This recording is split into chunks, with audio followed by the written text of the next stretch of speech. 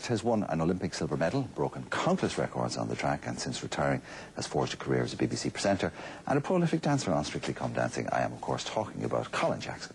You're very welcome, sir. It's a pleasure to meet you, an honour to meet you, in actual fact. We're just thinking in terms of, we're just actually saying it to you there, in terms of your trophy cabinet, there is only one gap.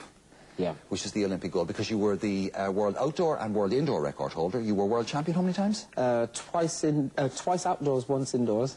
And, or European champion how many times? 4 times. 4 times. Olympic silver. Yep. So the gold was the one. And it eluded me. It absolutely You were saying there that you had no regrets when you gave up your career because you'd been doing it since you were a child and it was time to stop. It was almost like getting out of jail when you decided to retire. Yeah. But if you could go back once more for that gold, would you? Absolutely, yeah. I think I was a little bit unfortunate. Every Olympic kind of cycle, there was always some major injury problem I tend to suffer, and I think that was really the thing that always let me down. In 1992 was the time I was really at my best in Barcelona, and that's the time really I should have nailed that title right there and then. But again, I had an injury problem during the second round of the race, which is, there's not much you can do about that. You just got to see it through. This is possibly an unfair question. I know you're a very nice man. You're not famous for saying nasty things, but I'm going to ask you anyway. Any of those gold medal winners, do you feel that really, at your best, they wouldn't have stood a chance with you? Oh, absolutely, absolutely. I mean, when do you think there's a guy out there with an Olympic gold medal that really does belong to you?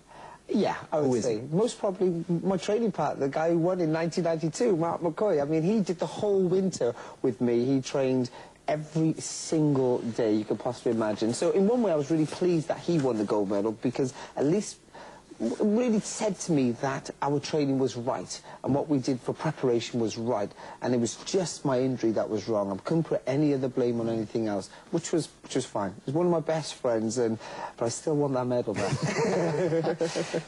To bring it back to the sporting career, because it actually leads into why you were here. You got all the glittering prizes, bar the one we've spoken about, but it also left you with some long-term difficulties as well, because when you compete at that level, the slightest thing can cause an injury, and you've had more than your fair share of them. I mean, your knees are not in good nick by all accounts. 7 knee operations. How many? 7.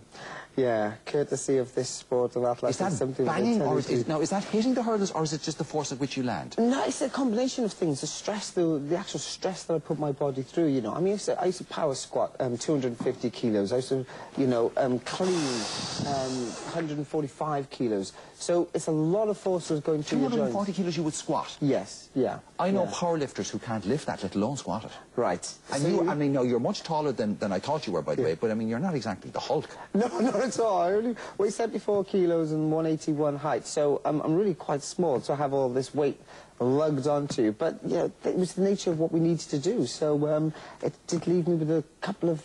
Both knees or one? No, both knees. Both knees. 4 on my right and 3 on my left. So are you looking at sort of rheumatism and arthritis problems as you get older? Well, I asked the doctors about that, and I said, what can I do really to prevent all these traumas happening to me? Because you would expect that, because they moved a lot of cartilage during my time and realigned a couple of knee joints, etc., etc. So for me, what was important was to get that kind of fixed up well.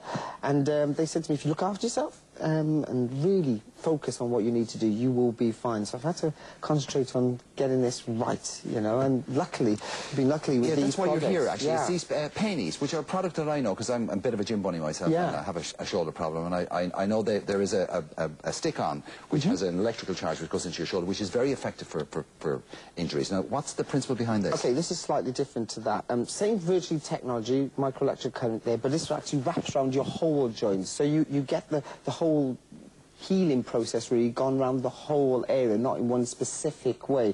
And so why I really got onto this was from Strictly Come Dancing, because I couldn't dance because my knees were aching. And literally, I know it sounds really weird. So I was really very fortunate that these all came on board, so I could wrap up my knees and keep healthy. That's the most important thing. Well, you're in town today to promote that, and to probably be in the papers as well, and so people can find out about that, and we'll put a website up and they'll get all the information. Awesome. Thank you very much. It was a delight.